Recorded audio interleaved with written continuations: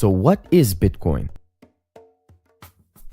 Well, to keep it simple, it is not a physical coin, so you cannot hold it in your hand.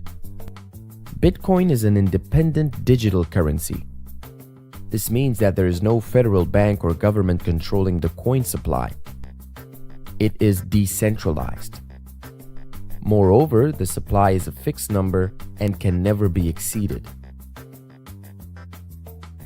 It works the same as fiat currencies, meaning you can exchange it or buy goods and services, but it's backed up by a technology far more advanced called blockchain. We'll have more on that later. This technology ensures that transactions are processed safely and that counterfeiting bitcoins is impossible. This is done through a process called mining. We have a separate course on mining, so be sure to check that one out after you finish this one.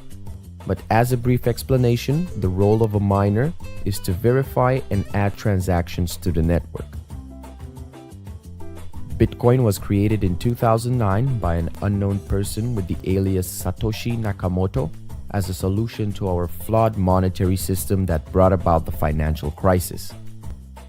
And it has proven that it can solve all the major problems. Efficiency, you can send and receive bitcoins worldwide. Security, the network can never be hacked and individual wallets are encrypted. Double spending, you cannot spend the same coin twice. And freedom, there is no central entity controlling it. So this is it for the first lesson.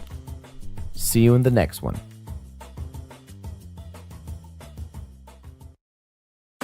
If you're looking for a more advanced explanation, enroll now and gain access to all the educational resources available on our platform.